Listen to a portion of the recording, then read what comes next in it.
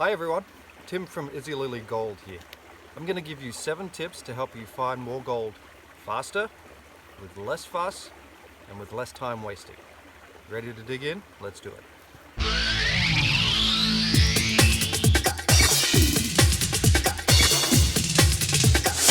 Number 1, know your area. Where are you going? Are you in the city? Are you in the country? Are you in between? You're going on a trip somewhere far away where you can access gold. So think about that and then research based on that. So basically a simple way is Google it. Google gold and your area. Gold and Nebraska. Gold and Perth. Gold and Siberia. Wherever it is, put that in and just go through those and find all kinds of historical records, maps, forums, that kind of thing. It's pretty easy to get going if you really want to, but just starting with a simple Google search, your area or the area you want to go to.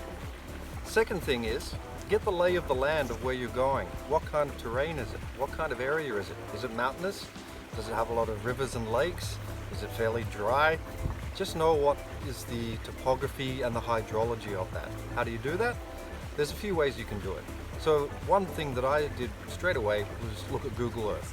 Just a basic look at the area from above, from down on the ground. Of course digital, but it's an amazing resource to do. So have a look at Google Earth and look at the lay of the land, where are the rivers, which way are they going, and get an idea of how you can access that land. Gold doesn't just hang out next to the road ready for you to grab it up. So get an idea of, from those maps, where you can access it, where's the best point. So what's been happening in your area throughout history? Has gold even been found there historically? Obviously if it hasn't, it's probably not the best option to go there.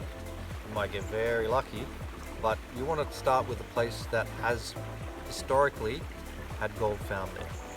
Here in Victoria, Australia, we have an amazing place called the Golden Triangle, and it's quite a large area, many hundreds of square kilometres, where gold has historically been found consistently, and that's where a lot of people head to. So look for a place that has historically had gold found, is still having gold found there, and obviously the third is, can you get there? So you don't want to choose a place that's extremely difficult for you to get there, because you want to get to that place a few times. Sometimes you can drive right next to it, sometimes you've got to get out of the car and go for a bit of a hike. Sometimes just by looking at the map you can see, oh, I can go around this other side and access it here. I might have to stop here and walk in a kilometre, but at least I don't have to walk in 5 kilometres or so. So here in Victoria, Australia, we have something called a miner's rights, and what that means is when you go out into the field and you go prospecting for gold, as long as you're in an area that is okay for gold prospecting, i.e. it's not someone's private property or you have permission to be on that private property, it's not restricted crown land such as certain national parks and state designated parks. As long as it's a place that you can prospect for gold and you have a permit, that means anything you find you are allowed to keep, as long as you followed all the rules and there's no dodginess in there. So it's really reasonable too. It's probably, I think it's 26 or something dollars, Australian dollars, for 10 years. So it's less than $3 a year. So definitely not a big deal. You can get it online, and most areas in Australia, most countries in the world, if there's gold to be found, they'll have some type of permit which you do need. Some of them obviously going to be more expensive or harder to access, but the last thing you want is to find a juicy nugget or some pickers or a pay streak and you can't keep that gold, or you get busted with that gold and you have to give it up. So make sure you're legal, and I think that one of the best things you can do is find some private property. If you have a friend or acquaintance, someone you know who can just let you have a bit of a dig around, they might have a creek running on there, they might have, might be a previous gold field. That's a great option if you can find something like that, and just ask. So that's my recommendation if you want to get going quickly. Do you know someone that might have some private property out in the country or etc. that you can go to and start having a look? Now if you're still stuck and you still can't figure out a way that you can find where gold is, you're not having much luck in your local area, you're not getting a lot of help from people online, that kind of thing, which I don't think would happen if you really put yourself to it, and you've got to obviously put in the time. And I'm not talking like weeks and months like I did, I'm talking days. So once you immerse yourself, get on some groups, start chatting it up with people, friends, family, at work, etc., you'll find that you'll get a lot more hints and tips about where you can go than you ever imagined. And that's what I found. Once I said, okay, I'm a gold nerd, let me talk this up with people. Don't be afraid of being who I am, and just saying, hey, I'm loving this gold prospecting. I really want to get out there. I've got some gear, but I'm kind of stuck. And I started getting help from strangers, from family, from friends. And when I was actually out gold prospecting for the first time, I got some help from a bloke as well. So other people who love finding gold too and have vast knowledge. And how do we find those people? Online mostly, in person of course, and professionally. So online, all kinds of groups that you can access through Facebook, forums, podcasts, YouTube obviously, that you can join in with the community, ask questions, get answers, join in with these groups. Get going on being part of the community and immersing yourself in these groups. Don't be afraid to be a gold prospecting nerd, because that's what most of the people on the groups are, and they're proud of it, they love it. It's a great community out there.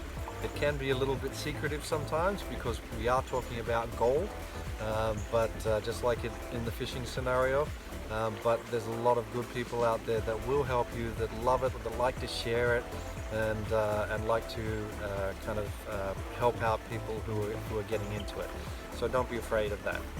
But if you're still having trouble finding those pieces of information that you need to go out and find gold, there is a way around it, and that's simply paying for the information or paying for the actual process of finding gold. There's a number of private organizations here in Victoria, in Australia, all around the world. Wherever there are gold fields, there's going to be people, experts, who run operations who will take you out to find gold. And very often they provide you with the area, or it might be private that they own, or an area they're allowed to go. They'll often provide you with a group permit, so you don't even need to pay for a permit, it's all part of the package.